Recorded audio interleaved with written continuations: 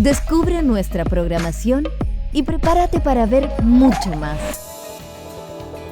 Más puntos de vista, más deporte, más series, más arte y ciencia, más música y cine, más documentales, más entretención para grandes y chicos. Descubre UChile TV, donde todas las verdades se tocan.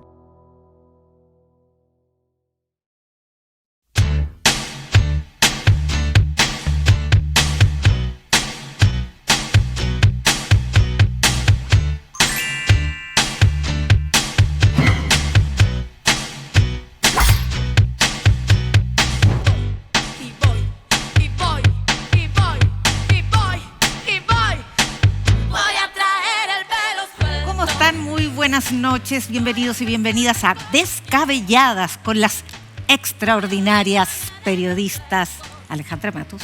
Muchas gracias. Mina Schindler. Muchas gracias. Seca Zambas. Y bueno, saludamos a quienes nos están viendo por nuestra señal digital, por YouTube, por donde sea que esté conectado. Desde el más allá también, ¿por qué no? Podría ser. Por la Radio Universidad de Chile, todos nuestros canales para llegar a la audiencia. Queremos contarles que hoy día vamos a hablar, obviamente, sobre la denuncia por divulgación de imágenes íntimas que se presentó contra el presidente Boric. No se vaya de nuestra sintonía porque no lo vamos a hacer como todos los canales y el coro de los medios. Vamos a ponerle otro enfoque. También vamos a abordar las vicisitudes en el proceso judicial del ex subsecretario de Interior, Manuel Monsalve. Hoy día se le rechazó su solicitud de cambio de medida cautelar. Y vamos a abordar, por supuesto, un análisis a fondo de las elecciones del domingo, que parece como que hubieran sido hace 3 años. Eso. ¿Algo más? ¿Para la pauta? Usted es la dueña de casa. Usted es la dueña. Bueno, hay que hacer la pausa, Oye, pero, en la pauta, pero probablemente no me alcanzaron. Pero quiero decir algo, me encanta tu blusa. Muchas gracias. Besito para mi amiga Pati González. Pero es que te juro que los tonos están, pero te quedan increíbles. Muchas gracias. Estamos todas hoy día medias naranjas. ¿Qué tal? Sí. Usted está más como Violeta. Colorinche. ¿Cachai? Te dice te quiero felicitar y tú, bueno, estás colorinche. Gracias, amiga. Yo también te quiero. Tú te ves regia. Felicidad total. Es pura felicidad el colorinche. Sí. ¿Ves usted? Sí, yo solamente quería dar un homenaje a Mercedes Bulnes. Sí, no la alcanzamos, no ocurrió. Por supuesto. Sí. La diputada Mercedes Bulnes, que falleció y que fue una gran defensora de los derechos humanos y también de una cosa que yo creo que es importante en política, que es la decencia. Y que falta harto hoy día. Sí, como la decencia, yo creo que es la palabra que más la identifica. Así que saludos para su familia, sus amigos y todos quienes trabajaron con ella y apreciaron su valor.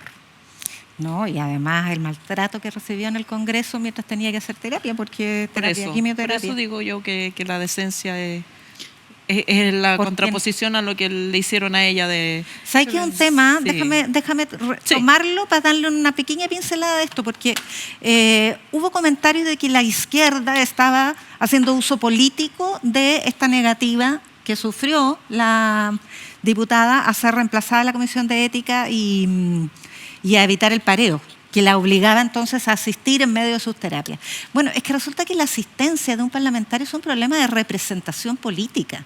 No es llegar y tomarse licencia médica para hacer. Uno tiene una responsabilidad, los políticos, los representantes populares tienen la responsabilidad de representar, o sea, estar presentes en el hemiciclo para que quienes votaron por esa persona estén ahí.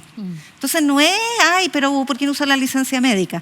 Es súper liviana la crítica. Claro, a ella le importaba mucho, por supuesto, que sus posturas estuvieran representadas, y ha sido una tradición en el Congreso. El pareo es una tradición que nunca se cuestiona mucho, incluso en votaciones súper difíciles, y a ella se le negó. Entonces yo creo que fue bien brutal. O sea, si no querías hacer que se utilizara políticamente el tema, le hubiera dado el pareo y el derecho a reemplazo. Ya. Vamos a nuestro primer tema de pauta, no sin antes anunciarles que nuestra invitada para el tercer bloque es la doctora en Ciencias Políticas Isabel Castillo. Vamos a estar con ellas también analizando el resultado de las elecciones. ¿Qué pasó con esta extraña denuncia en contra del presidente por divulgación de imágenes íntimas? Y a propósito de ese caso, ¿qué es el yo te creo que ha sido tan vilipendiado en estas últimas horas? Alejandra Matos. Bueno, yo creo que pasa con esto lo que pasó una vez cuando apareció un detenido desaparecido, que estaba en la lista de detenidos desaparecidos y que apareció, había estado en Argentina. Y mucha gente se agarró de ese caso para decir que no existían los detenidos desaparecidos, cosa que es absurdo, es ridículo. Entonces, cuando se empieza a cuestionar el yo te creo en una denuncia que por lo menos los antecedentes que tenemos a la vista son bastante absurdos, ridículos, como que son una parodia de denuncia por distintas razones que vamos a analizar a continuación, pero por supuesto que el yo te creo no engloba ese tipo de casos. Yo te creo engloba el caso que es habitual, que es la gran mayoría de los casos, como los detenidos desaparecidos que sí existieron y todavía 1500. no se encuentran, en la mayoría de los casos en que una mujer denuncia a un hombre por violación y la pregunta inmediata viene es ¿y cómo estaba vestida?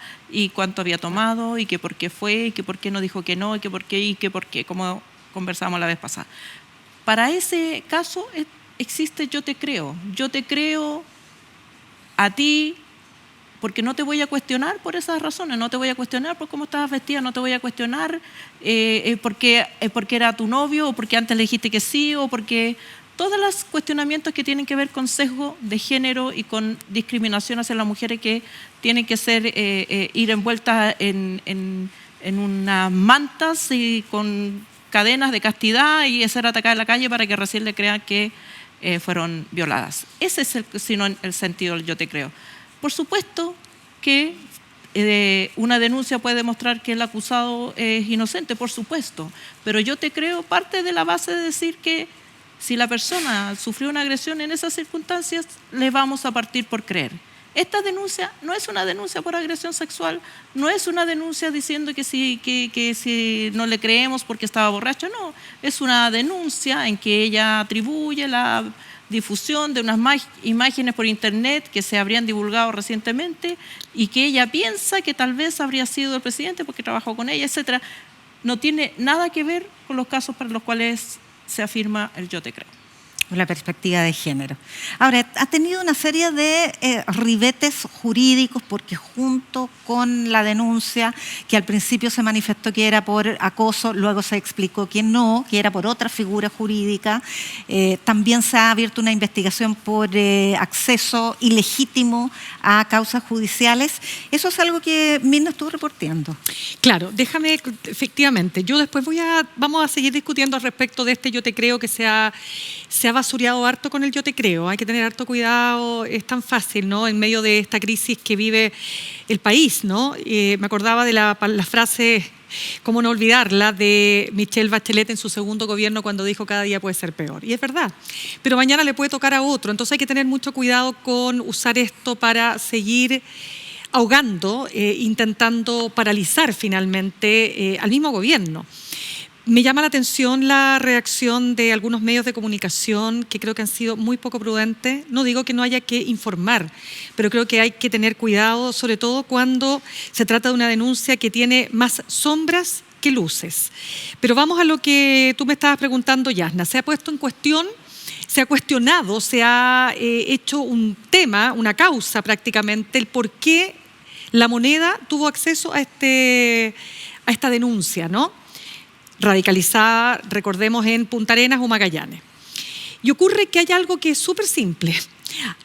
Cualquier abogado, yo diría más joven, eso sí, los abogados más viejos de mi generación al menos, que no nos manejamos tanto con las redes, con el con la tecnología y la era digital. .cl. Más o menos, que tú te peináis, pues, de todas maneras, Ale, pero fíjense ustedes que existe un sistema que se llama Sistema de Información y Atención a Usuarios. Se llama SIAU, al cual puede entrar cualquier abogado acreditado, abogado con título de la plaza. Cualquiera puede entrar. ¿Qué ocurre?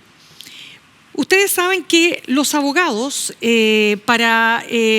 abogados, por ejemplo, como el mismo abogado, los abogados que trabajan para la presidencia, tienen como, y sobre todo para el presidente de la República, están permanentemente chequeando si es que hay acaso algo que pueda saltar, porque evidentemente esa es la pega, es la primera magistratura del país, es la primera autoridad. Entonces, ¿qué es lo que ocurre?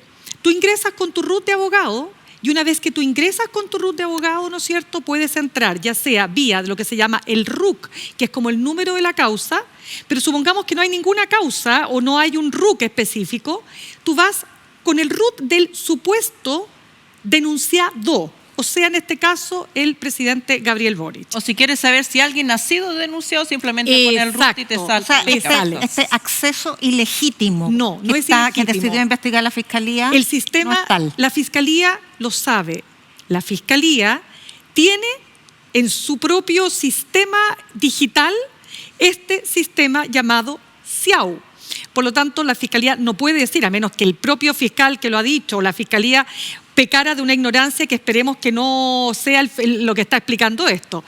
Entonces, ¿qué es lo que pasa? Se levanta algo así como, tuvieron acceso, ¿y cómo lograron si esta causa no estaba formalizada?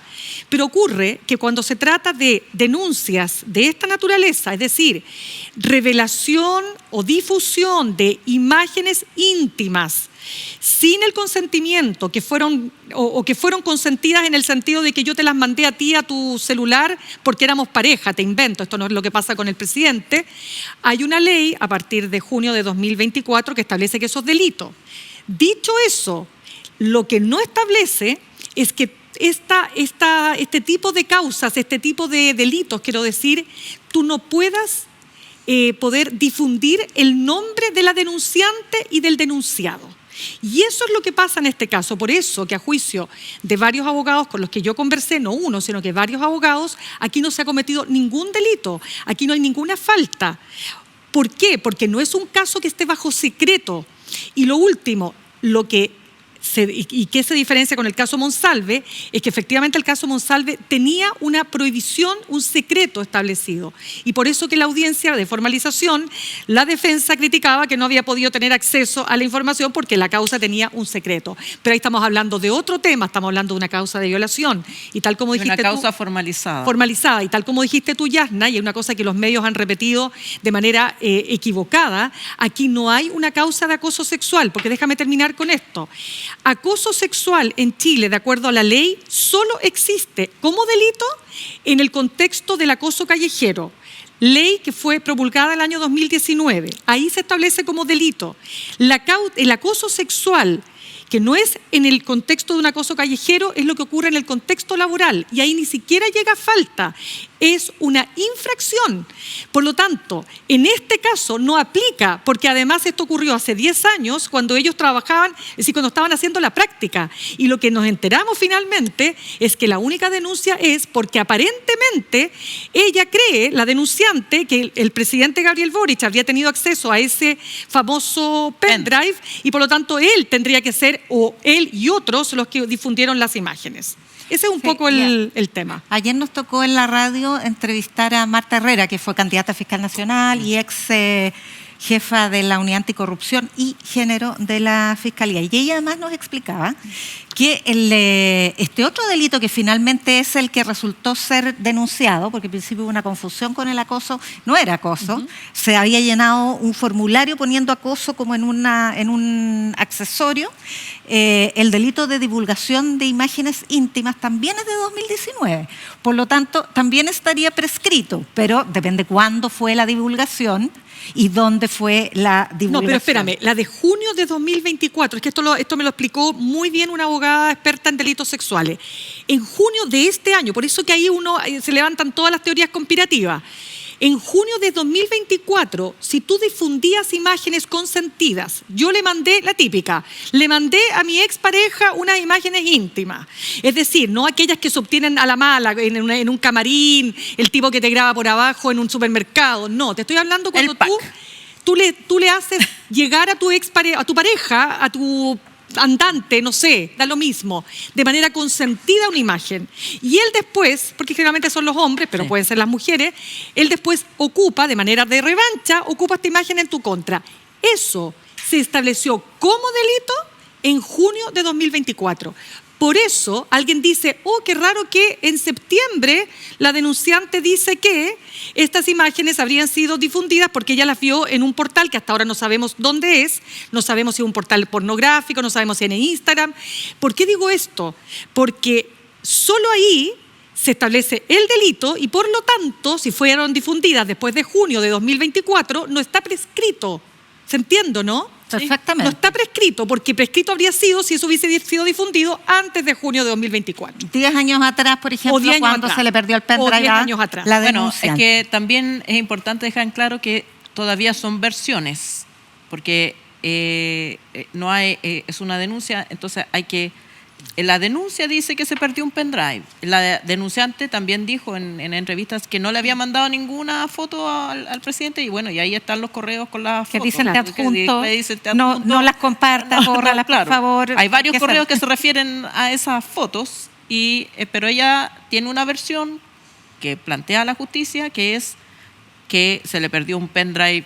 Entonces, aunque se lo hubiera perdido, la relación que hace de que la persona que la habría tomado sería el presidente y 10 años después se le ocurre en un acto de locura difundirlas en internet, porque para que sea delito ahora tiene que haber ocurrido esta difusión recientemente, es muy improbable. A mí lo que me sorprende en esto es la actitud de la Fiscalía, porque yo todos los días llegan denuncias chantas, digámoslo, una denuncia chanta, con poco...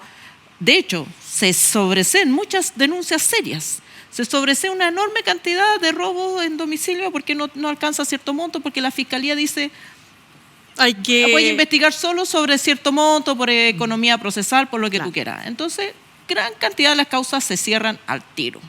Denuncias de violación. Yo personalmente conozco a una amiga que presentó una denuncia por violación, después de un año le dijeron no, se demoró mucho.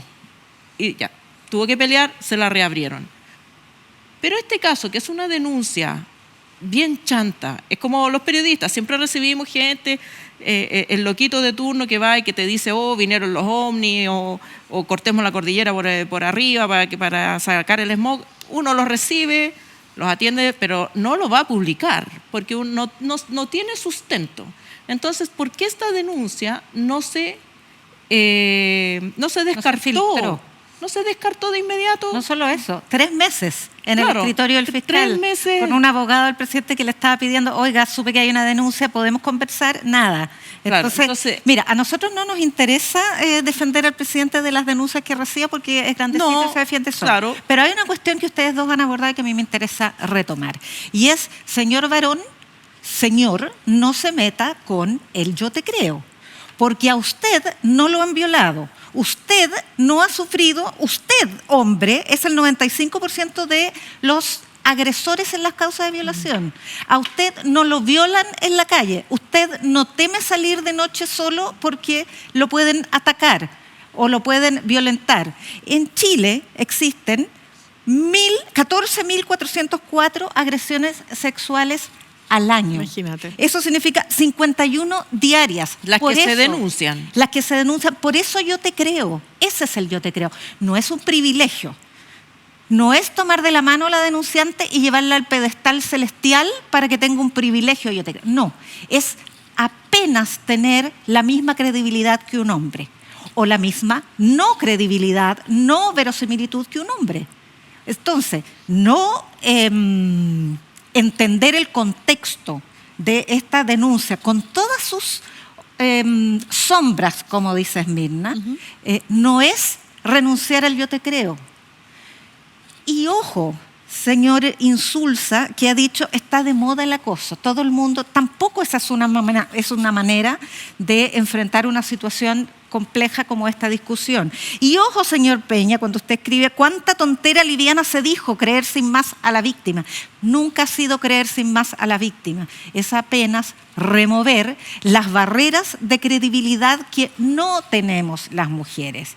Las mismas barreras que cuando vamos a un hospital a parir le dicen no le gustó, entonces si le gustó abrir las piernas, ahora aguántese el dolor del parto. La violencia geriátrica, la violencia cotidiana. Geriátrica. Ginecológica. La geriátrica también existe. No es ninguna de las dos, es violencia obstétrica. agregar algo? Déjame terminar eso sí, porque se me fue el hilo como me interrumpí. Es que tenía que decir, porque dijiste geriátrica, pues. Después me decís, ay, pero ¿por qué no me corrigieron? No lo digo así. Bueno, pero ¿por qué? Digo, ¿por qué no me corrigieron? Muy bien. Entonces, ¿no quieres terminar? Usted, señor Peña, ibas en Peña. Estabas en Peña, que señor Peña, usted que dice que es una tontera. No, quiero decir además que gracias al yo te creo, que es una declaración política, no es una perspectiva judicial, pero gracias a ella existe la perspectiva de género en la Fiscalía, en Carabineros, para que le crean a las víctimas. Yo no sé si ustedes se acuerdan cuando en plena pandemia, una mujer que quería ir a denunciar el maltrato intrafamiliar que sufrieron muchas mujeres que aumentó la pandemia, en la pandemia exponencialmente. Los tenían al enemigo, lo tenían adentro de la casa. Sí. Salió a la comisaría a denunciar que le estaban sacando la mugre y la multaron por violar la cuarentena. Sí. Entonces, eso es el yo te creo. No es un privilegio, está bueno entenderlo, porque se han tomado de esto por el hecho de que se revela, por ejemplo, que la denunciante tiene algunas causas, tiene como 6 causas penales. Déjame entrar ahí, ya. Te dejo. Es que justamente creo que acá, para poder abordar esto en toda la máxima amplitud, ¿no?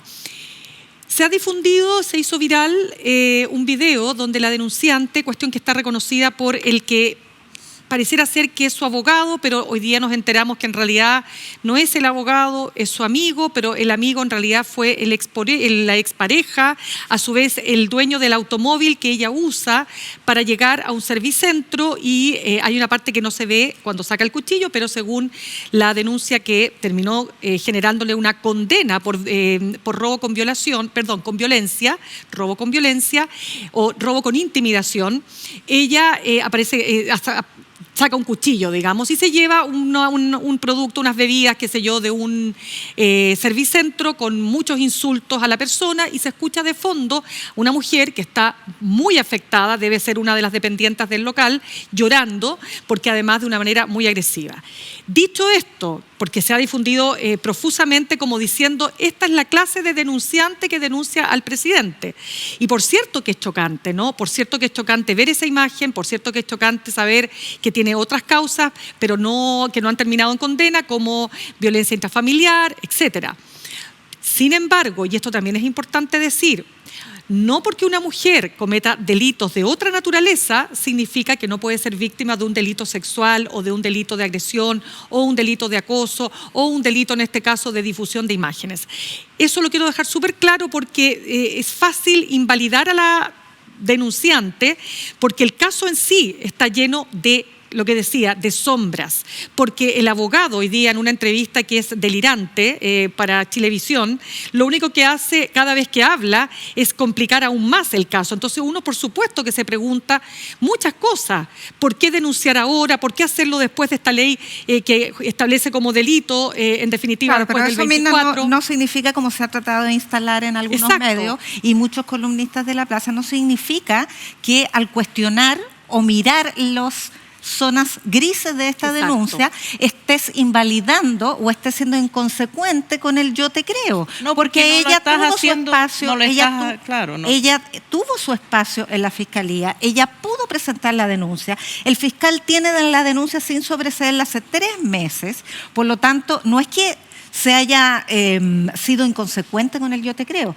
pero es evidente que cuando hay presunciones de montaje político, hay que presentarlas. Pues, si esto no es un privilegio particular, hombres o mujeres pueden hacer montajes políticos, hombres o mujeres pueden mentir en tribunales. El punto es que hombres y mujeres sean igual de creíbles o igual de cuestionados. No es un privilegio. Eso es bien importante que se comprenda, porque gracias a eso, además, es que hemos avanzado en la ley Antonia, que mejoró las garantías procesales para proteger los derechos a las víctimas, porque una chiquilla se terminó suicidando porque no le creyeron, porque ni siquiera se atrevió a hacer la denuncia, porque ni sus amigas le creyeron, o la ley ahora, recién este año, contra la cual votó en contra la derecha, para prevenir, sancionar la violencia de género. Alejandra. Sí, yo creo que lo importante es que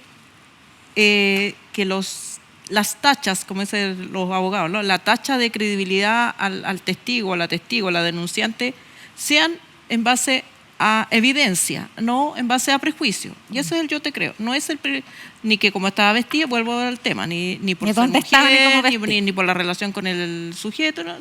Pero atender a los hechos. Superado el tema de que esta persona no se está siendo cuestionada ni por ninguna de esas razones discriminatorias, pero en atención a la evidencia. En atención a la evidencia, yo me acuerdo del gran Luis Bates, que decía: las personas que son procesadas por la justicia no son dignas de crédito, porque ya cometieron un delito. Y lo hablamos en ese caso, en torno al caso a Manuel Contreras. ¿Qué decía Manuel Contreras de los detenidos desaparecidos? Que no, que había sido la CIA, que había sido esto, que había sido lo otro.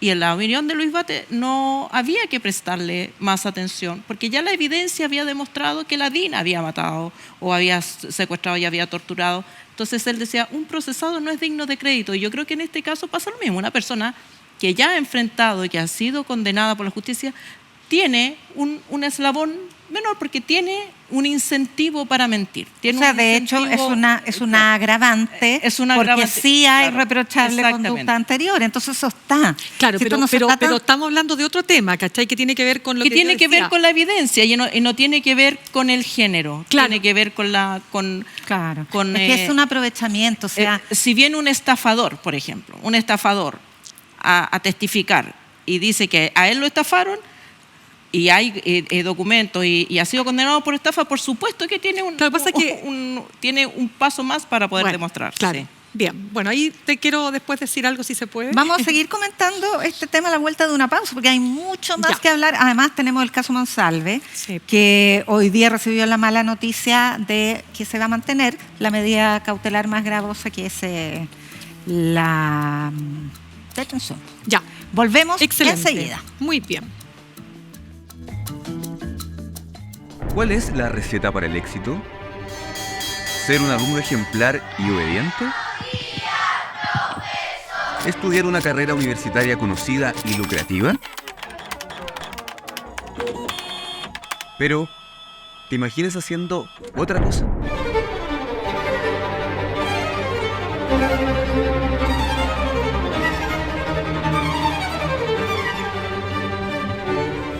Quizás la mejor receta es simplemente hacer eso que te apasiona. Te invito a conocer personas valientes y sorprendentes que nos cuenten los secretos de sus oficios extraordinarios.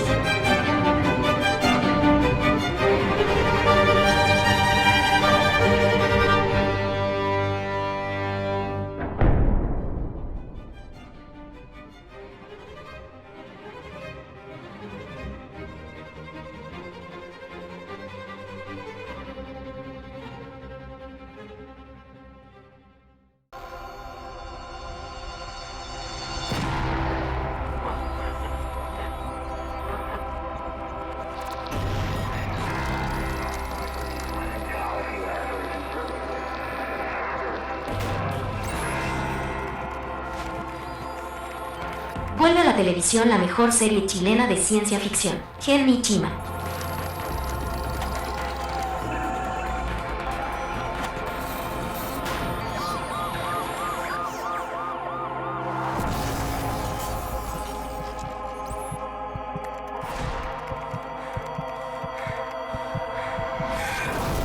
Gen Ichima, no te la puedes perder. Todos los jueves a las 23 horas solo en las pantallas de Uchile TV.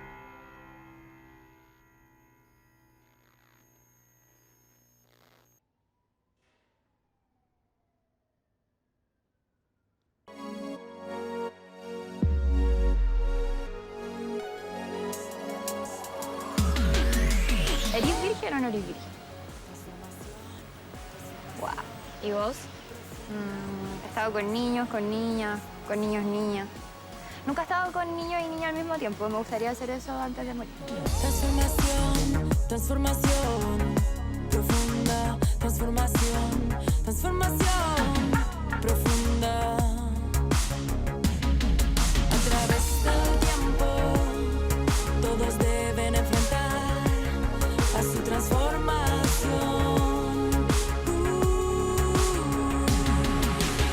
Bichos Raros, todos los lunes a las 23 horas por Chile TV.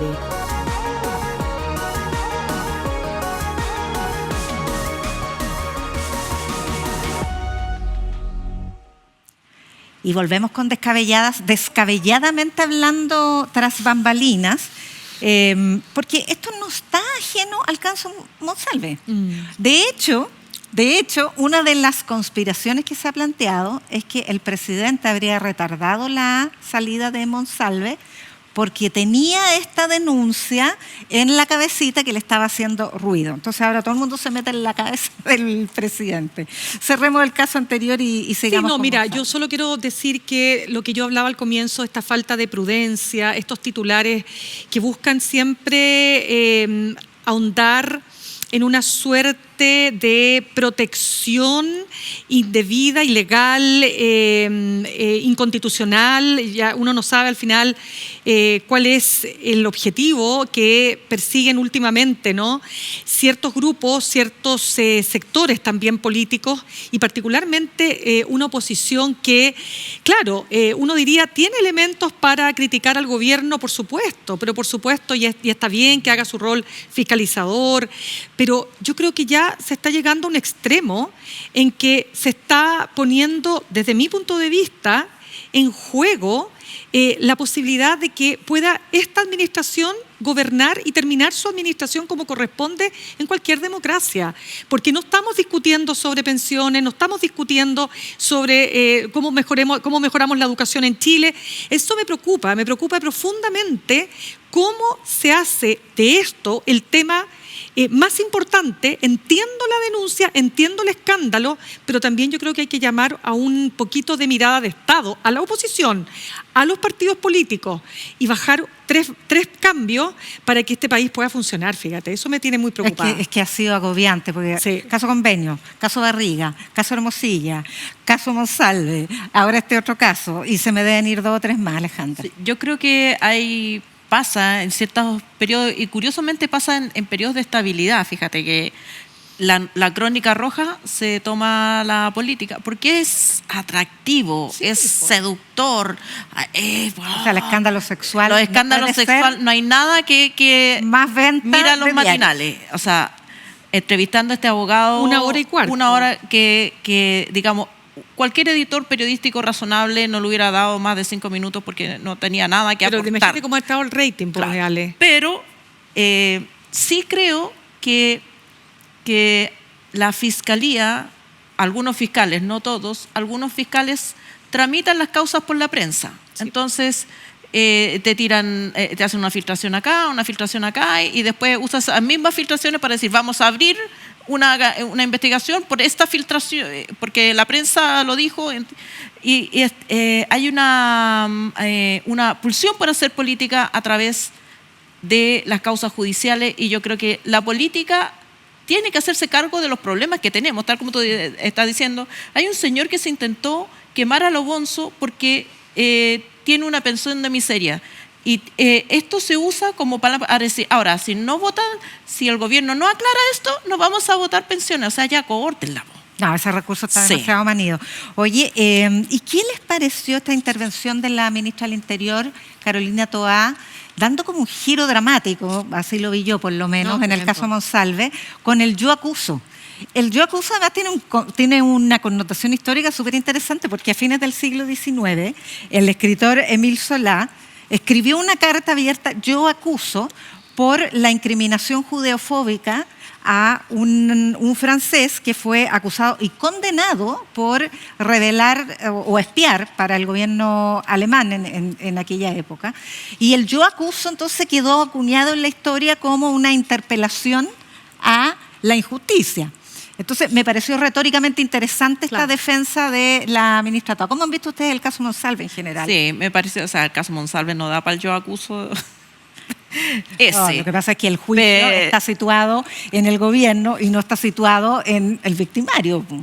Sí, Ese es el intento en la estrategia sí, política. pero igual, me parece como abaratar, porque el yo acuso ese apela a toda la institucionalidad democrática y todavía resuena, o sea, creo que hay que tener cuidado cuando uno hace referencias muy grandes, pero a mí me parece que me pareció muy buena la intervención de Toa porque aclaró y también dejó en vista y reconoció las debilidades de las decisiones que se tomaron ese día. Dijo, ¿hubo improvisación? Sí, hubo improvisación porque nunca nos habíamos tocado con un caso así, no había un protocolo preestablecido y yo creo que desde ese punto de vista fue bueno y sí le puso un problema al presidente porque quedó también claro que las decisiones de esas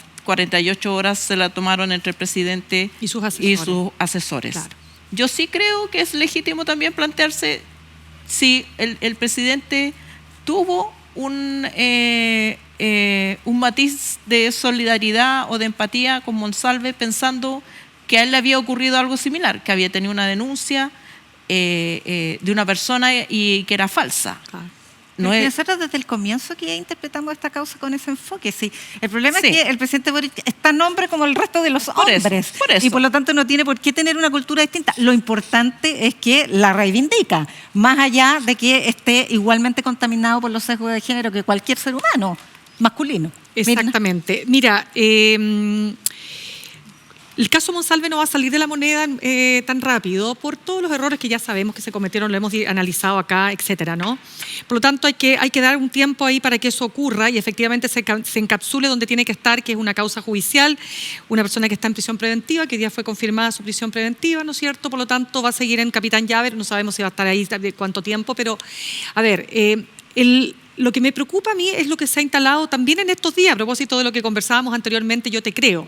Y es nuevamente una serie de trascendidos, ¿no es cierto?, que aparecen en cuanto a que la víctima tendría una relación aparentemente con Monsalve, entonces de nuevo, ahora el taxista que comenta, bueno, pero se trataban de mi amor, entonces, bueno, entonces aquí había una relación, entonces aquí algo había de consentimiento, y volvemos a lo mismo. Claro. ¿Te fijas lo que hablábamos hace un tiempo, Ale, el programa pasado? Es decir, incluso si hubo una relación, aquí lo que hay en discusión es si tú puedes tener una relación sexual con una mujer que está totalmente incapacitada para dar ese consentimiento.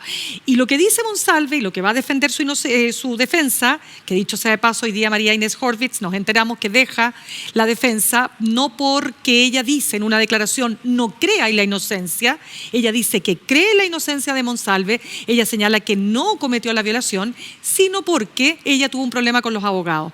Por lo tanto, respecto de... Me viste que me interrumpiste y no puedo ya, seguir. pero es que te Ya, empezaste sí. a ir por las ramas. Ya, cerremos el punto. Ya, pero no puedo, ya, pero es que la gente que no nos está mirando que me hizo una seña como diciendo corta, ya, pero para cerrar, no.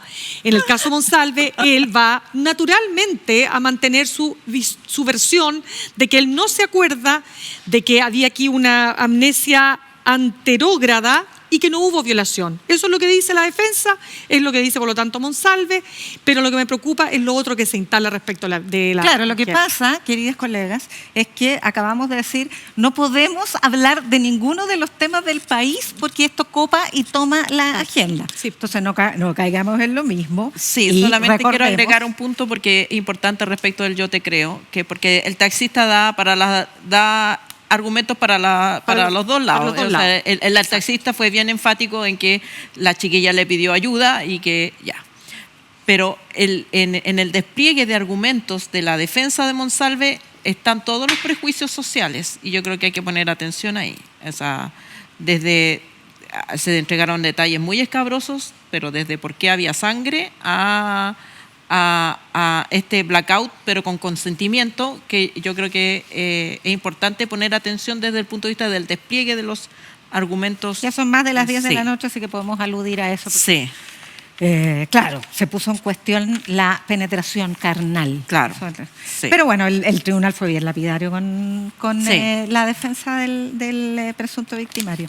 Oye, pero insistía en que hay otros elementos que han pasado en el país, como por ejemplo, en qué estado quedó la representación regional y los gobiernos regionales después de la elección que tuvimos el pasado domingo. Hemos preparado una gráfica que dice amarga elección para Matei. ¿Lo ven así, Alejandra? Sí, yo creo que lo decíamos, lo cantamos antes. lo dijimos. Porque si perdían estos candidatos, perdía el relato. Ellos pusieron el relato y digamos Del plebiscito. es suficiente evidencia de que ellos pusieron el relato que este es un plebiscito o era un plebiscito respecto al gobierno y por lo tanto, si en un plebiscito perdiste, entonces habría que sacar la conclusión inversa, ¿no? De que entonces en el plebiscito ganó el gobierno.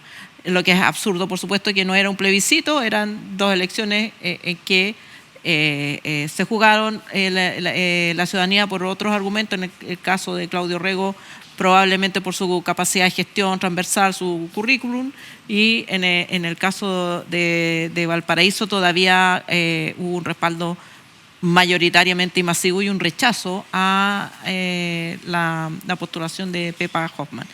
Pero yo creo que aquí Evelyn Matei tiene dos problemas. Tiene el problema de haber perdido candidatos que ella apoyó con mucho entusiasmo, pero además que la propia sector ya empezó a entibiarse respecto de ella y empiezan, bueno, hagamos primaria, veamos otros candidatos. Yo creo que su peor enemigo, como suele suceder en la derecha, está en el sector. Claro, por supuesto que Evelyn Matei quedó en una posición más desmejorada porque las tres causas, como dices tú, que abrazó María José Hoffmann, muy fervorosamente, ¿no es cierto?, por supuesto Francisco Rego, aunque yo digo que yo tengo la sublectura. Yo sé que ella no estaba convencida, eso ya te lo digo de guata, no tengo ahí, claro, no estoy en su cabeza. No, te lo digo, es que, claro. A ver, hay un lenguaje no verbal, particularmente el día de la elección y cuando pierde, cuando ya se sabe que perdió por 10 puntos, más o menos, en que tú notas que ella está en el escenario diciendo aquí tenemos mira los 40 y tantos puntos, qué sé yo, poco menos, nace una estrella, no dijo poco menos, nace una estrella. Pero hay toda una apuesta, este abrazo que la que hace, tú puedes decir, a lo mejor no lo vio, pero que le va a dar un beso y ella se... Mira, todo eso puede ser, da lo mismo, chimuchina. Pero yo tengo la convicción, sobre todo por la frase que estos son los, ¿cómo se dice en psicoanálisis? Los actos fallidos. Cuando ella dice, ya, pero no le pidamos tanta... ¿Quién iba a pensar que iba a ganar? No le demos tanta garantía. Acto fallido. Es que Evelyn, así yo, bueno, es que la conozco hace años, bueno. Mi amiga Evelyn. Evelyn Matei, es una mujer que es muy transparente, a veces demasiado, y tiene estos... Se la arranca. ¿Te fijas o no? Se le arranca la moto, como se dice en el chileno antiguo. Claro, lo que pasa, Mina, es que más allá de la... Espérame, pero para cerrar. Entonces, quiero decirte eso, que ese apoyo irrestricto, que lo tuvo que hacer porque tampoco le quedaba otra, digamos, a Francisco Rego, el apoyo en la Araucanía y el apoyo en Valparaíso, y los tres pierden, ¿te fijas? Entonces hay un capital político de ella que queda expuesto por un lado, y dos, y con esto cierro, que lo conversaba ya con un experto electoral, no olvidemos que la centroizquierda y la centroderecha en cuanto a votos quedaron prácticamente empatados, lo que a algunos los hace pensar que en realidad la elección presidencial está abierta. O sea, absolutamente, porque además la candidata presidencial que había subido como espuma demostró que no apalanca candidatos. Más allá de que no le quedaba alternativa, ella fue y invirtió su capital político en María José Hoffmann, y María José Hoffmann no logró ganar ni siquiera en el bastión de la derecha de la quinta región, que es Zapallar. Invirtió su capital político en Francisco Orrego y no logró ganar ni siquiera en su propio bastión donde es alcaldesa en Providencia. Entonces, eso es una mancha negra para cualquier candidato presidencial que no apalanca otras candidaturas, porque también los sectores políticos ven en su candidato presidencial, más allá de la posibilidad o viabilidad de hacerse del poder en la elección presidencial, también ven una atracción una fuerza de atracción que los moviliza su electorado y los potencia como aspirantes a cargos de representación popular. Entonces, no deja de ser 10 puntos de ventaja de Claudio Orrego respecto a Francisco Orrego.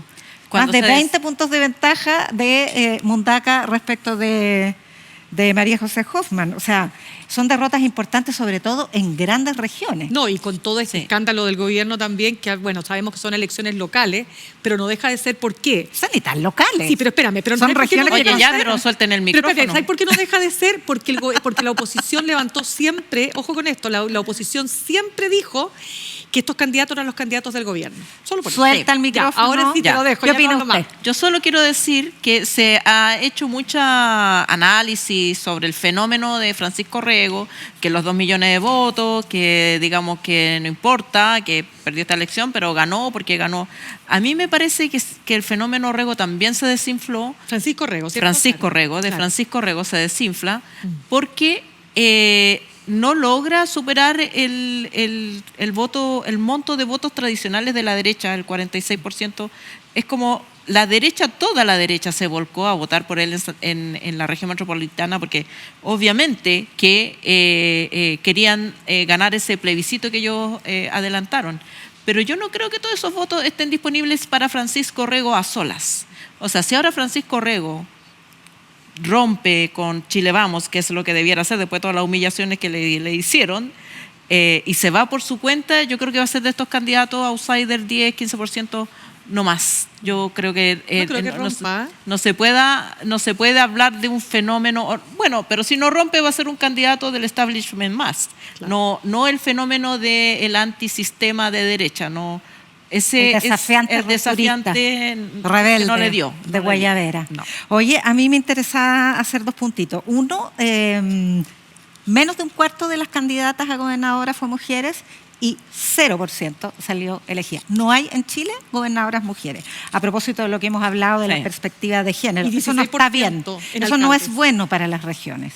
Y segundo, el tema socioeconómico. Vi hoy día un estudio que sacó Tú Decides, de Ann Halster, y dice que el 46% de los alcaldes, en la elección anterior, pero es parte de la renovación de autoridades locales, 46% de los alcaldes elegidos pertenecen a los deciles 9 y 10, o sea, al segmento más rico de Chile. Volvemos a esa sobrerepresentación de cierto sector socioeconómico y de cierto género. Entonces es complejo. Y lo otro que me llamó la atención de Hombres blancos ricos. Hombres blancos ricos. Lo otro que me llamó la atención de esta elección es una conclusión que también suena al unísono. Aquí siempre hay como coros de columnistas, coros de medios de comunicación, porque se copian entre ellos y es bien poco creativo. Pero además, en este tema que voy a plantear, tiene poca profundidad en el análisis, y este supuesto fortalecimiento de la moderación en el voto de los gobernadores. A mí me parece que no hay ninguna moderación cuando la democracia cristiana y los partidos de centro se desploman electoralmente. ¿De qué moderación estamos hablando? Y además tengo la impresión de que el concepto de moderación como clivaje, o sea, hay inmoderados y moderados, no tiene ningún sustento en la teoría política. Lo que sí se desploma es esta forma de hacer política insultante. Eso sí, no le resultó a Iván Poducci, no le resultó a Orrego. Pero moderación, a mí no me parece que Mundaca, por ejemplo, que arrasa en la quinta región, sea un moderado. Y no digo que no ser moderado sea ninguna desventaja. Lo que pasa es que se confunde la polarización afectiva con la polarización ideológica. No es lo mismo tener una distancia en tu manera de percibir la sociedad, tu manera de tratar la igualdad, tu manera de ver el Estado, que tener una polarización afectiva que es odiar al otro porque piensa distinto. Y lo que estamos viviendo es una polarización afectiva más que una polarización ideológica. Sí, pero fíjate que con respecto a Mundaca tengo un punto ahí. Yo estoy de acuerdo contigo que él puede llegar a ser muy puntúo, digamos, en su postura políticas, no en términos del discurso, pero nos deja de llamar la atención que haya ganado incluso en comunas más de derecha como Santo Domingo o Zapallar. Y eso me habla de un hombre que, ante todo, está muy vinculado a la región, que tiene un fuerte raigambre en la identidad de la región, y yo creo que eso es lo que finalmente hizo que la gente votara de manera tan importante por él. Entonces, creo que ese factor que tú señalas de su discurso un poquito más pasado para la punta a veces, no fue relevante. No, pues porque no es la moderación lo relevante. Es que son otras cualidades que él tiene, pero no que, su moderación o inmoderación. Pero miremos el cuadro completo, el mapa completo de los 16, los extremos no fueron votados. Ya, pero es que yo creo que ahí hay razones distintas. Yo no creo que sea justo poner en la misma balanza al Partido Comunista que a republicanos. No son lo mismo. El Partido Republicano tiene una política o impulsa políticas a veces, lo modera, lo cambian a veces, pero antidemocrática. El Partido Comunista está dentro del sentido. Tiene propuestas tiene 120 políticas, años de historia de la democracia. Tiene propuestas políticas que pueden ser más de izquierda que las políticas, pero no es el Partido Comunista un extremo. Extremo es, no sé, el movimiento Lautaro, no sé, ya no existe, pero esos son los extremos. Claro. O si vamos a poner si hubiera un partido anarquista en Chile, podría ser. Pero es que, Ale, mira, yo creo que la palabra extremo, claro, es que se usa, pero es que están en los polos, son los polos opuestos. Eso es distinto de extremo. Ya, pero está en un lado del polo está el Partido Comunista, que no sé si es Coquimbo, que ya se me fue el Coquimbo. Sí, pero yo creo que el Partido Comunista perdió por los errores de conducción de Lautaro Carmona, que identificó demasiado al Partido Comunista con Venezuela. Yo creo que eso es lo que le pasó. Veamos lo que pasó con Alejandro Navarro. Eso sí es extremo. Claro. Pero veamos lo que pasó con Alejandro Navarro. Claro. O sea, la pérdida de Biobío en buena medida, no solo, por supuesto, está explicada por eso, pero también no ganó la candidata republicana donde estaba compitiendo. Entonces, pero eso no es moderación, ese es mi punto. No es que Chile se haya vuelto moderado porque rechaza a las figuras que desafían la democracia o subvaloran la democracia. Creo que ese es el punto, porque también los extremos no son lo mismo que los polos. El extremismo, desde el punto de vista de la derecha liberal, es el libertarismo anárquico. El extremismo, desde el punto de vista de la izquierda igualitarista, es el socialismo real, es el totalitarismo del Estado. Esos son los extremos. Estar en los marcos de la democracia, respetar al adversario, jugar limpio, respetar la separación de poderes. Pero los republicanos te podrían decir, nosotros estamos en la democracia, nosotros no estamos afuera, estamos en el Parlamento, usamos las herramientas que la democracia nos da, aunque abusen de esa herramienta como es la acusación constitucional. Entonces, te quiero decir, es discutible, todo es discutible, querida amiga, pero no alcanzamos, parece, a seguir. No, porque cuando tú niegas el valor de los derechos humanos, no estás respetando la democracia. Cuando tú niegas el cambio climático y por lo tanto desproteges a la especie, no estás respetando la democracia. Cuando niegas finalmente los grandes consensos de la comunidad internacional civilizatorio, pero acuérdate que la derecha radical, se diferencia de la ultraderecha, es que la derecha radical sí juega con las herramientas o con la institucionalidad de la democracia. Para llegar al poder. Pero una vez que está en el poder los corrompe. Si no, mira Trump. Bueno, está bien. Trump se hizo de su partido, uno de los partidos de larga tradición en Estados Unidos, y se hizo del poder judicial por la vía democrática. Claro. O sea, ¿quién más democrático que ganar con la ventaja que ganó? Pero eso no es ser demócrata. Perdona, quería diferenciar la extrema derecha respecto a la derecha radical, porque todo eso junto es pero la democracia no es solo la competencia ni es solo la regla de la mayoría. Por cierto, pero bueno. A lo que voy es que de todas maneras yo creo que hay muchas conclusiones que sacar, Yasna. Yo no sé, yo tengo la sensación, mi sensación, lo que yo leo, lo que veo en las encuestas, una última encuesta de Criteria que decía que la gente está hasta aquí con la polarización, está hasta aquí con la... Y no está polarizada. Pero espérame. Está hasta aquí con la polarización, está hasta aquí con la falta de que se lleguen a acuerdos. ¿Para qué? Para que mi vida mejore. Porque si yo voy a estar todo el rato hablando del caso Monsalve, del caso del presidente, del caso Hermosilla, y nos vamos a ir dando vueltas en todo aquello, bueno, ¿cuándo el país logra avanzar? Pues sí. Pongámoslo a hacer los partidos en bandera, en tribunales. Entonces, ahí sí yo creo que efectivamente la polarización existe, pero está a nivel de partido. Sí, yo creo que eso no... Sí, pero lo que pasa es que se usan adjetivos para dar a entender como que la gente quiere volver a la concertación, por ejemplo. Por cierto, cuando dice moderado, entonces... Muy convenientemente. Claro, o sea, se usan las palabras con un cierto sentido político y yo creo que eso es válido discutirlo. Pero raya para la suma, yo creo que siguen pendientes los asuntos que estaban pendientes para el estallido. Sigue pendiente el anhelo de una reforma previsional decente, siguen pendientes los temas de estabilidad laboral, las cosas que angustian a las personas día a día en los temas. Pero por eso te digo, de la Gansa, educación. Que si claro. ¿tú crees que la gente quiere este espectáculo que nos da el Congreso todos los días, los dan los políticos todos los días? Obvio que no. Sí, a lo mejor nos sirve para un viral, para echar la talla, cuando vamos haciendo pasamos imagen tras imagen en Instagram.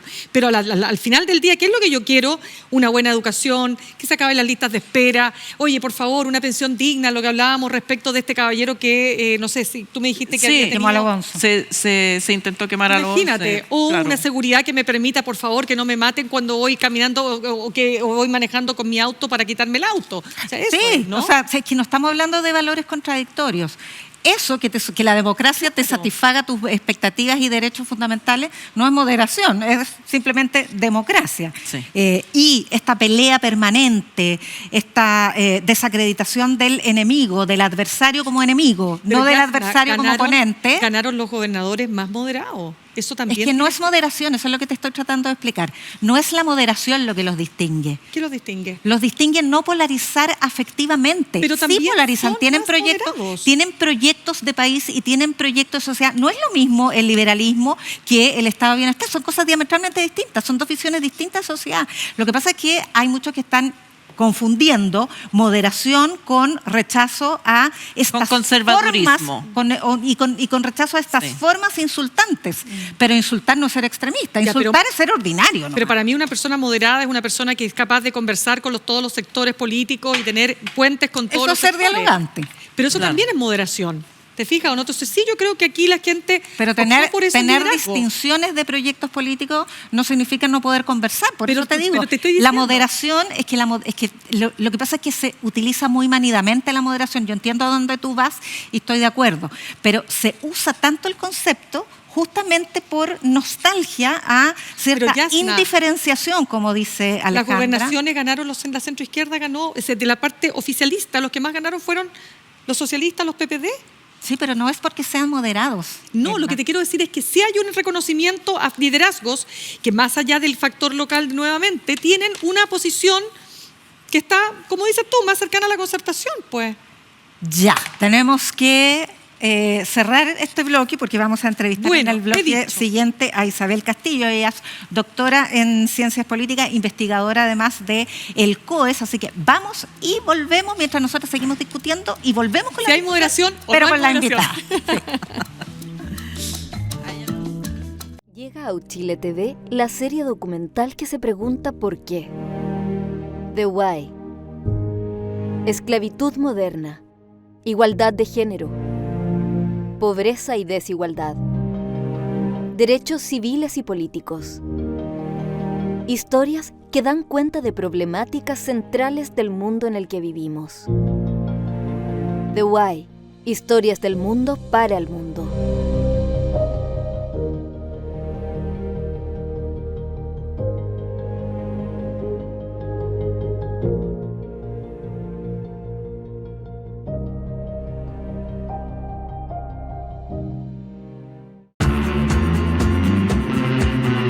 Yo creo que siempre me dijeron, más que cualquier cosa, que tenía que ser una mujer correcta, de bien. Tenía que ser señorita. Y tenía que llegar virgen al matrimonio. Responsable, buena mamá y buena esposa.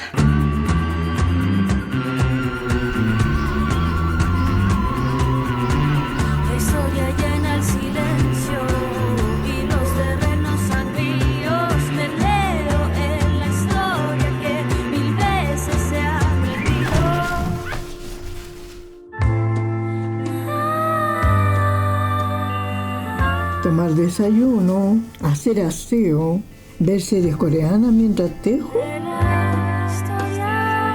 Lavar la loza, doblar la ropa, ordenar. Arreglar a los niños para ir al colegio, preparar las colaciones, ir a dejarlos al colegio.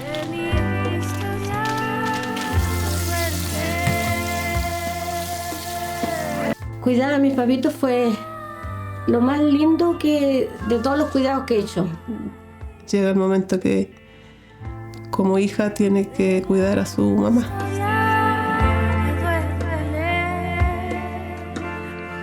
En mi casa hay hartos fantasmas. A mí no me da miedo, al contrario, me hacen sentir acompañada. Yo creo que son otras mujeres que vivieron en esta casa, en otra época.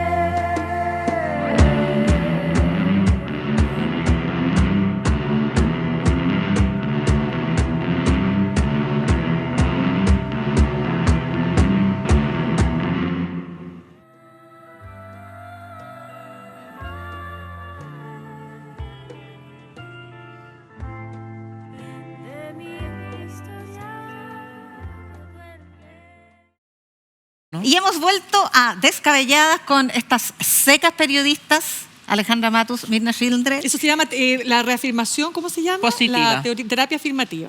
Sí. En el caso de que somos bacanes. Pero es que mi opinión respecto, genuinamente, no estoy terapiando. Sí. Muy bien. Y otra seca que hemos invitado hoy día es la doctora en Ciencias Políticas, investigadora del COES, Isabel Castillo. 1.000.000 de gracias por estar con nosotros hoy día. Y de la Facultad de Gobierno de la Universidad de Chile, ¿no?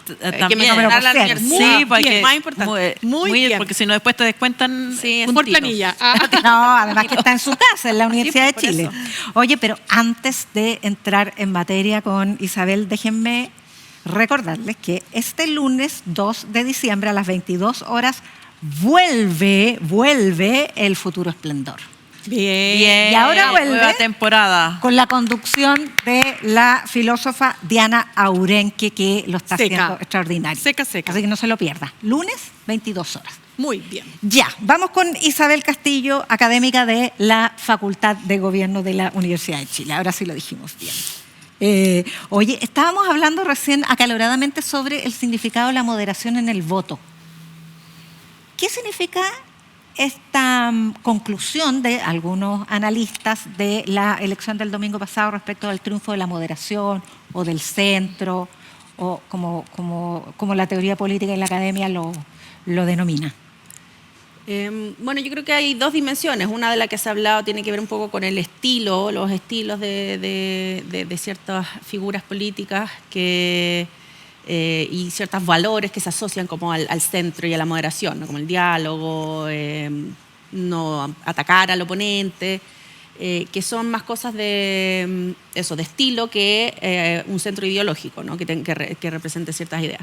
Pero también se puede pensar como si pensamos en clásicos términos ideológicos, en un continuo, en el fondo, que claro, los candidatos y candidatas que eran más de por ejemplo, los republicanos o había un candidato del Partido Comunista, no les fue bien, ¿no? Y eso es lo esperable en una elección de este tipo, donde necesitas 50 más 1 para ganar, ¿no? Y la población en general se distribuye un poco hacia las posiciones más al centro. Ahora, no quiere decir demasiado, yo creo que también es algo que se sobreinterpreta. No es un centro ideológico, no es gente que tenga necesariamente una identificación y que siempre vaya a votar. La democracia cristiana así desapareció. Claro, y no es por partidos, ¿para qué decir los partidos escindidos de la democracia cristiana? Amarillo, y demócrata. Claro, que se proclamaron como el nuevo centro y que en las elecciones de concejales, alcaldes, les fue súper mal, ¿no? Entonces no tiene que ver con una identidad partidaria que apoyen a ciertos partidos, pero sí que, claro, tienden a agruparse más en lo que en el caso chileno se refleja en las coaliciones más bien tradicionales, ¿no? Sobre todo como la centroizquierda y la centroderecha o figuras independientes pero asociadas a ese mundo, ¿no? Pero eso tiene mucho que ver con el sistema también electoral y este tipo de elecciones donde se elige una figura, ¿no? El Congreso, por ejemplo, funciona con lógicas bien distintas. La existencia del Partido Republicano ha ayudado a que la ciudadanía vea como de centro a la UDI y Renovación Nacional, que, digamos, tenemos suficientes años como para recordar que no hace mucho eran la extrema derecha, o sea, la UDI era el partido más de derecha que existía en Chile, que reivindicaba a Pinochet, que reivindicaba o justificaba las violaciones de los derechos humanos, que defendía Colonia y Dignidad, y ahora es considerada de centro. Sí, bueno, yo creo que en parte porque como dices tú, la UDI, sobre todo en los 90, era un partido muy similar a lo que hoy en día es Republicanos, ¿no? O sea, si uno mira como el contenido, las ideas, la verdad es que son bastante similares, y parte de eso tiene que ver con que los sectores más duros que se sintieron descontentos con la moderación de Chile Vamos, en particular de la UDI, tienen este nuevo partido, ¿no? Entonces, sí, el que exista un partido más al extremo, obviamente hace que los otros se vean un poco más de centro. Si llegara a aparecer un partido, el partido libertario, que se ubica más a la extrema derecha, también podría generar el efecto de que Republicanos pase ya no a ser el extremo, ¿no? O sea, efectivamente hay algo de eso, y que claro, yo creo que la coalición de centro-derecha efectivamente ahora es la derecha, se habla de la derecha tradicional, ¿no? O la derecha mainstream, a diferencia de esta nueva derecha más nueva derecha, o una derecha más radical. Esa nueva derecha, Milei, el factor Milei, el trumpismo, ¿tiene todavía poco espacio en Chile, o tú dirías que el factor, por ejemplo, lo que nos mostró Francisco Rego, que de todas maneras sacó un 45% de votación, 2 millones de votos, representa de alguna manera algo que se está dando, que se está desarrollando en Chile? O sea, si se acuerdan del caso de Milei, un año antes yo creo que nadie lo daba por electo, ¿no? O sea, son cosas que irrumpen, que hay tendencias que uno puede decir más de largo plazo, pero la verdad es que cuando emergen es un poquito, tiene un grado de impredecible, ¿no? Entonces es difícil decir, pensando en un sistema presidencial, si hay muchos candidatos y candidatas, puede que no sé, como pasaba, por ejemplo, en Perú, con 20% ya pasa a segunda vuelta, ¿no? Entonces, claro, no son candidatos que vayan a tener la mayoría del voto, por lo menos en una primera vuelta, pero puede surgir, porque efectivamente la fragmentación ayuda a ese tipo de figuras. Pero no todavía como opción presidencial, eso quiero preguntarte básicamente. ¿El caso específico de Orrego? O de Kast, o José Antonio Kast. Bueno, Kast no estuvo tan lejos. O sea, claro, yo creo efectivamente mucho del voto del presidente actual, del gobierno actual de Boric, fue un voto también anti-Kast, ¿no? Pero hasta aquí no hemos tenido elecciones presidenciales con voto obligatorio, ¿no? Y hay que, recordar que una buena parte de la población simplemente no se identifica, no tiene fidelidad con ningún sector político, ¿no? No es del todo claro cómo le habría ido a Kast en un escenario de voto obligatorio. Para mí no es evidente que se habría inclinado por Boric, o en qué proporción. La verdad es que no sabemos eso.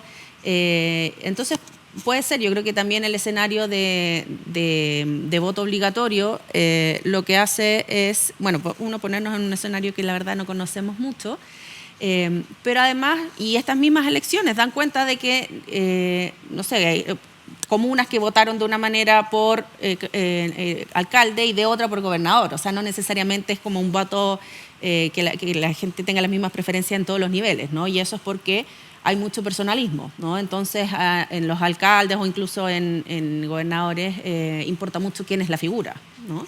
Entonces, es difícil. Kast, yo creo que es alguien que ya es, en cierto sentido, parte del establishment también, ya perdió parte de esa perdió frescura. El estigma radical. Yo creo que en cierto sentido, y dentro de este contexto de los radicales internacionales, de Milei, yo creo que tampoco es el más radical, ¿no? Tiene una cosa, y viene de un partido tradicional, y como por su estilo tampoco es tan disruptivo. Disruptivo como pueden ser otras figuras. Pero claro, en el caso particular de Kast, no sé si lograría una mayoría grande, pero hay un electorado que no tiene necesariamente un rechazo por principio a estas figuras que son outsiders o anti-establishment o de ese estilo, ¿no? Entonces, emergen, los Parisi, emergen la elección pasada, al final no llegó ni una parte, pero se acuerdan que estaba Lorenzini, sí, claro, que da vuelta.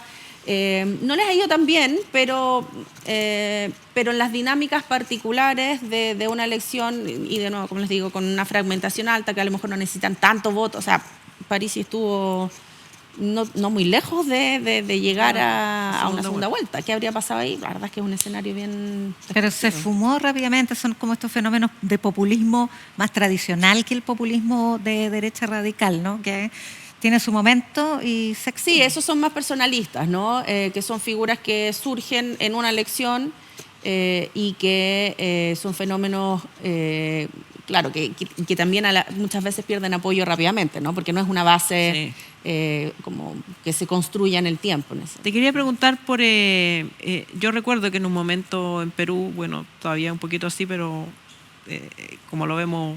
irrumpe menos en la política chilena, se ve menos tal vez, pero hubo un momento en Perú en que las candidaturas se hacían a carpetazo, yo te saco una cuestión, un escándalo, mucho boletín, pasquín, que salían denuncias en contra de este candidato, en contra del otro, y así se iban anulando. Fujimori inflando a Toledo, después Toledo para que perdiera, pero Toledo ganó. ¿Está pasando eso ahora en Chile con las redes sociales, con esta prevalencia de lo judicial en la política, que en el fondo se está jugando la política más bien en cuál es el escándalo que puedo usar para derrotar a mi adversario, más que cuál es mi propuesta o cómo hacer política que es, entre comillas, más fome? Yo creo que hay mucho de eso, ¿no? Y tenemos, bueno, este es el fenómeno de partidos más débiles, poco trabajo de la construcción de la plataforma programática y mucho del escándalo de la semana, y por eso también es difícil predecir en el tiempo. O sea, ¿se acuerdan? Bueno, Bachelet, la última elección, 2 años antes ya todos sabíamos quién iba a ser presidenta, ¿no? En la última elección por mucho tiempo lideró Jadwe y Pamela Giles la encuesta, y que no llegaron ni a la papeleta, ¿no? Por lo tanto, claro, tenemos ahora Matei, Kast, que figuran, pero la verdad es que no sabemos en parte porque pasa mucho eso, ¿no? Y eso sí, efectivamente es bien complejo porque pueden surgir figuras y caer muy, muy rápidamente. Entonces hay mucho de esta inmediatez, y lo otro efectivamente requiere tiempo, requiere trabajo y no se premia mucho, ¿no? En parte porque también nuestra política está muy personalizada, ¿no? Y incluso en el Congreso es como, bueno, ¿qué parlamentario logra captar la pauta y hacer un punto de Y los medios tampoco están muy interesados en... No, tampoco, o sea, por ni una cubrir parte, la ¿no? política. Claro.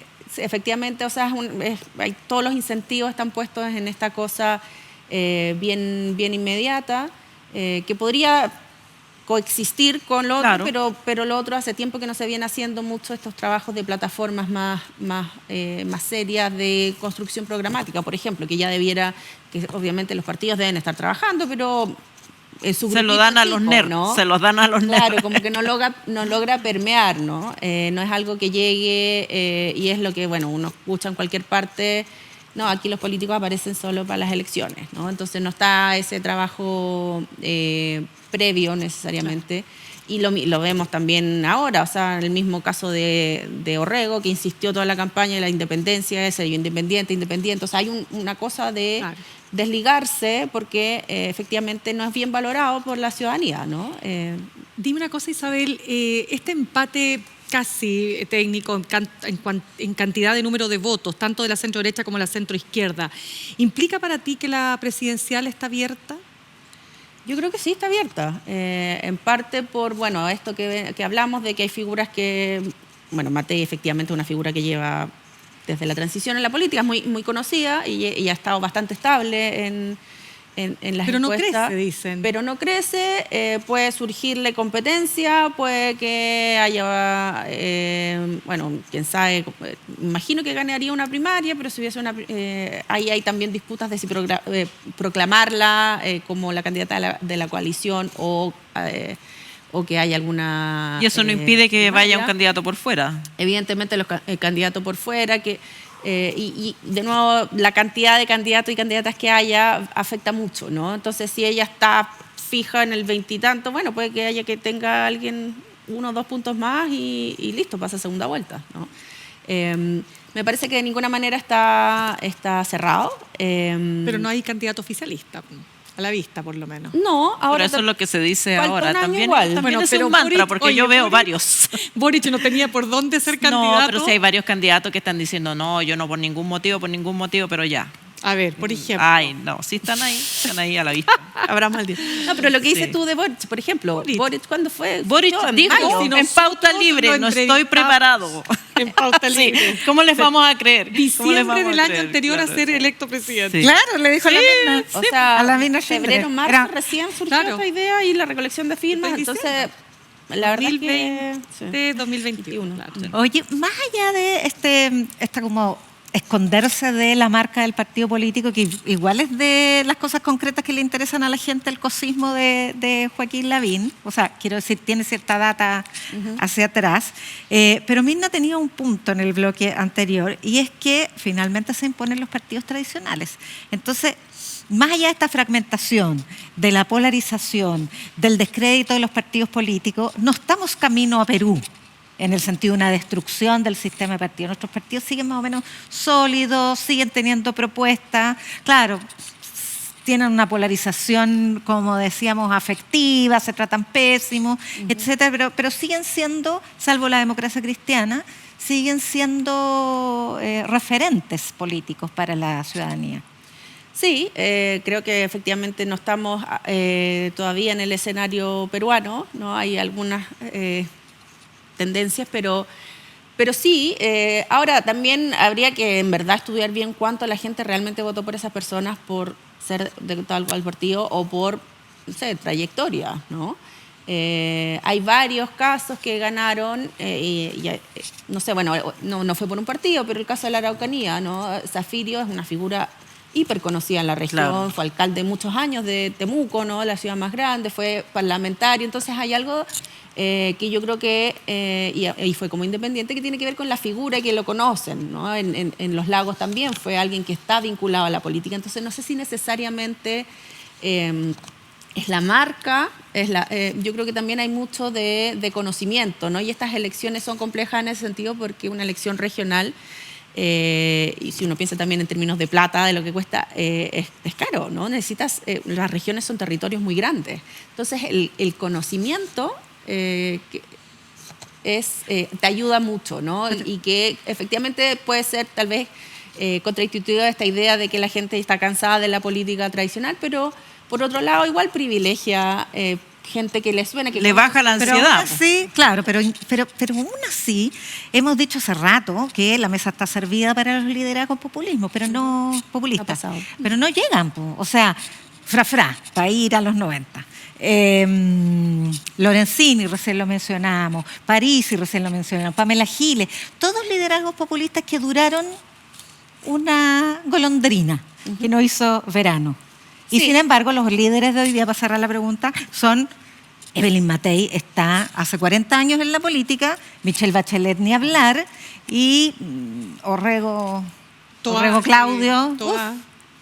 Toda es de no, incluso las figuras que han dicho que no para este ciclo, pero para el próximo, Bodanovich o Claudio Castro, el alcalde de Renca, son figuras Bodanovich es más nuevo, bien institucional, ¿no? Exacto, porque Bodanovich es más joven, etcétera, viene de un partido que ya no es tan joven, en todo caso, pero tiene 10, 11 años, pero no es populista.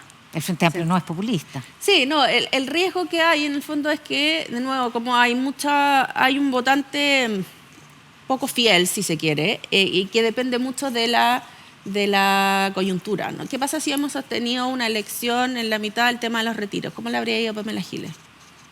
A lo mejor le habría ido bien, ¿no? Después efectivamente se desinfló y al momento que llegó la elección, bueno, ya no era tema, en otro momento, ¿no?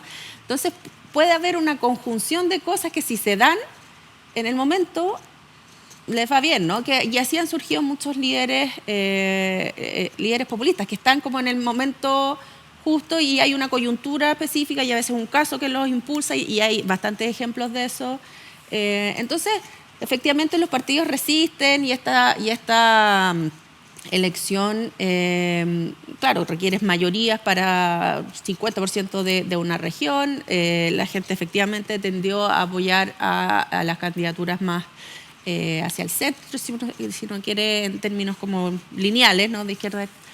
Pero existe ese potencial, sobre todo porque no se puede sacar una conclusión directa hacia la presidencial. Yo creo que va a depender eso, mucho del momento. Claro, se habla mucho de que no hay candidatos, pero de nuevo falta un año. Puede surgir una candidatura nueva muy institucionalista de estos sectores, o puede alguien prender en muy corto plazo, y ese es como el peligro de los outsiders. Bueno, hablabas el caso peruano, Fujimori, cuando no figuraba en ni una parte, ¿no? Y fue una serie de cosas que se dieron en un muy corto plazo que terminaron llevándolo a la presidencia, y siempre uno puede buscar explicaciones de cosas de más largo plazo, pero en general tiende a ser esa combinación de cuestiones estructurales que más o menos están en Chile por esta descontento que existe con el sistema político, de que no se resuelven los problemas. Sí, Isabel lo decía, la Ale comentaba esto de que lo judicial se ha vuelto como el campo de batalla político, ¿no? Y uno también tendería a pensar que hay un cierto sector que lo que quiere es paralizar a este gobierno, hacerle pagar todos los costos de cuando ellos fueron oposición con respecto a Piñera, ¿no? Y finalmente llegar a la papeleta del año 25 y decir por qué hay que cambiar este gobierno, ¿no? Pero entre tanto, lo que hablábamos, se dejan de hacer las cosas que... O sea, no es que se dejen de hacer, sino que no se avanza respecto de cosas que se requieren, como cambios sustanciales en materia de pensiones, bueno, para qué hablar de seguridad, leyes que están pendientes, la ley de inteligencia, infraestructura crítica, bueno, etcétera. ¿Tú observas de alguna manera esa paralización, es decir, que todos estos escándalos, en fin, y toda la guerra de guerrillas que hay entre oposición y gobierno está afectando la manera de cómo se está gobernando en Chile hoy? Sí, de todas maneras, y esto afecta a todos los gobiernos, no es algo de este gobierno en particular, al próximo probablemente le va a tocar lo mismo, ¿no? Y tiene que ver con los incentivos que están puestos muy en el corto plazo, ¿no? Los incentivos para, por ejemplo, los parlamentarios es hacerse conocidos. Así es como ganan elecciones. Claro. Nadie va a mirar el listado de leyes que presentaron en el Congreso o cómo votaron, ¿no? A veces surgen estas cosas. Pero salvo cosas muy específicas, en general, lo que más es que estén en el material. Es eso, que estén en el material, que la gente los reconozca. Claro. Entonces el incentivo es eso, como, bueno, denunciar. Denunciar es una de las grandes caminos a la fama. Denunciar lo que sea, ¿no? Denunciar una cosa aquí, y que pueden algunas ser denuncias de temas importantes, claro, pero muchas cositas chicas, o proponer no sé qué cosa que todo el mundo sabe no tiene ni una viabilidad ni política, a veces ni siquiera constitucional, pero ponerse en la agenda efectivamente es lo que les conviene, ¿no? Entonces eso genera incentivos muy de corto plazo, y la legislación es de largo plazo. O sea, no sé, temas de las reformas de pensiones, estamos legislando efectivamente para algunas mejoras de los actuales jubilados, pero también para el largo plazo, y eso tiene pocos réditos, ¿no? Entonces, efectivamente, hay incentivos que son muy de corto plazo, que esto es un fenómeno bastante global por lo demás, y esta cosa puede ser la vía judicial, puede ser el escándalo de la semana, pero que desvían efectivamente la atención. ¿Han influido las encuestas que ahora se hacen semanalmente? Antes, no sé, pues se esperaba la encuesta cada 3 meses, cada 6 meses, ahora la encuesta a la semana, hay varias encuestas, entonces sí, como el material que usan tanto los medios como los políticos para decir por dónde me tiro, cuál es el tema candente, me tiro ahí. Yo creo que en algunos casos en particulares, pero en general pensaría que no es algo que permee mucho. Yo creo que eso es muy de la burbuja en que estamos todas nosotros, ¿no? Como el mundo político, pero en general no es algo, siento, que permee demasiado, ¿no? A veces puede instalar puntos, a veces claramente hay defensas de intereses particulares, con preguntas específicas que se hace, pero lo que más, no sé, llega a temas de popularidad, y eso la verdad es que varía bastante poco, ¿no? O el candidato o candidata que surge en un momento que puede tener un poco más de apoyo, y claro, en algún momento empezaron a medir a Bogdanovich, por ejemplo, y parece que tiene algo, al menos aparece, tiene no sé cuánto, 4%. Entonces puede generar cierta... pero no creo que sea ese el tema central. Yo creo que tiene que ver mucho con el funcionamiento de las redes, y hay ciertos círculos que se funcionan en torno a eso, y ahí hay figuras instaladas y dedicadas a poner agenda, financiadas, quién sabe, no sé, alguna otra por iniciativa propia será, no sé, pero hay de eso, pero va más allá de eso, ¿no? Y tiene que ver con como les decía, los incentivos. Yo creo mucho, y hoy día entiendo que se presentó un grupo de senadores una iniciativa para reforma política, ¿no?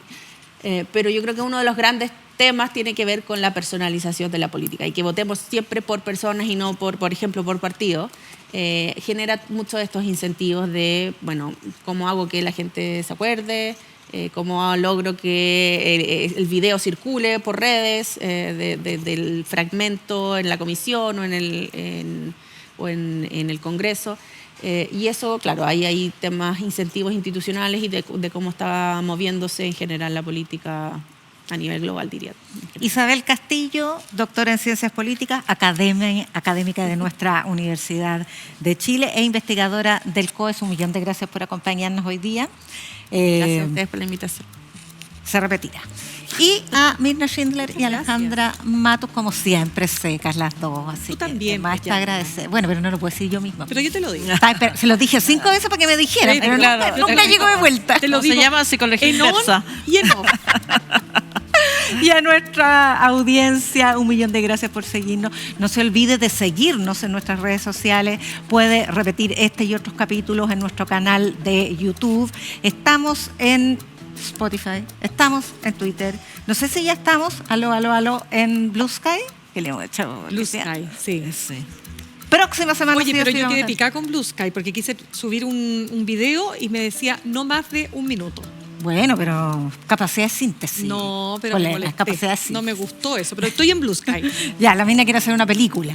Yo todavía no. 1 minuto es muy poco. Ya, pero igual estamos, y en una de esas, si nos buscan Tinder, capaz que nos encuentran. No, ahora vamos a estar en OnlyFire. Eso. Tenemos nuestros emprendimientos.